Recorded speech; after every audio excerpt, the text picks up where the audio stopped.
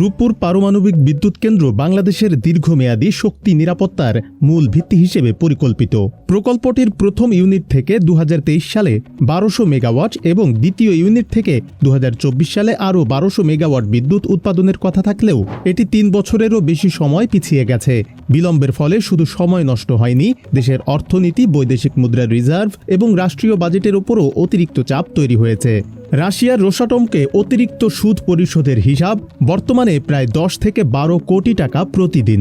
বিলম্বের পেছনে মূল কারণ হল প্রকল্পের দুর্নীতি ও মানব সম্পদ ব্যবস্থাপনায় দুর্বলতা। শুরু থেকেই দেখা গেছে অযোগ্য নিয়োগ, অভিজ্ঞ প্রকৌশলী ও বৈজ্ঞানিক কর্মকর্তাদের অব্যাহতি, জালিয়াতি এবং পর্যাপ্ত প্রশিক্ষণের অভাব। রাশিয়ায় 4 থেকে 6 বছর ব্যয়বহুল প্রশিক্ষণ শেষ করে দেশে ফিরেও অনেক শিক্ষার্থী উপযুক্ত পদে নিযুক্ত হয়নি, যা হতাশা ও অস্থিরতার সৃষ্টি করেছে।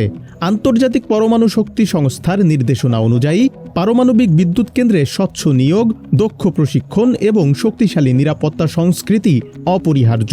কিন্তু রূপপুরে অনেক ক্ষেত্রেই এই নীতি অনুসরণ হয়নি। সম্প্রতি আন্তর্জাতিক বিশেষজ্ঞ দলও প্রকল্পে নিরাপত্তা সংস্কৃতির ঘাটতি উল্লেখ করেছেন।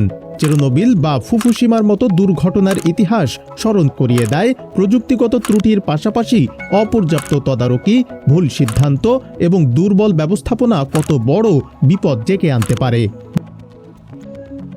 বর্তমান সরকারের করণীয় স্পষ্ট। প্রথমত, রূপপুরে একটি স্বাধীন, আন্তর্জাতিক মানসম্পন্ন মানব সম্পদ নিরীক্ষা পরিচালনা করা। দ্বিতীয়ত, প্রতিটি পদে যোগ্যতা ও অভিজ্ঞতার স্পষ্ট মানদণ্ড নির্ধারণ করা এবং নিয়োগ ও প্রশিক্ষণে স্বচ্ছতা, সততা ও পেশাদারিত্ব নিশ্চিত করা। তৃতীয়ত, অভিজ্ঞ প্রকৌশলী ও বিজ্ঞানীদের ধরে রাখার জন্য রিটেনশন প্যাকেজ, প্রশিক্ষণ এবং সুবিধা প্রদান। এছাড়া নিরাপত্তা সংস্কৃতিকে দৃঢ় করতে এমন কর্মপরিবেশ তৈরি করা যেখানে জুনিয়র কর্মকর্তার প্রশ্নও ইতিবাচকভাবে গ্রহণ করা হবে।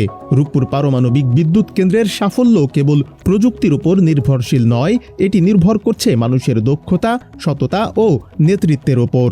এখনই সময় এসেছে, সরকার যদি চায় এটি নিরাপদ, টেকসই এবং আন্তর্জাতিক মানসম্পন্ন কেন্দ্র হিসেবে গড়ে উঠুক, তবে মানব সম্পদ ব্যবস্থাপনা, নিয়োগ ও প্রশিক্ষণে স্বচ্ছতা নিশ্চিত করার উদ্যোগ নিতে হবে।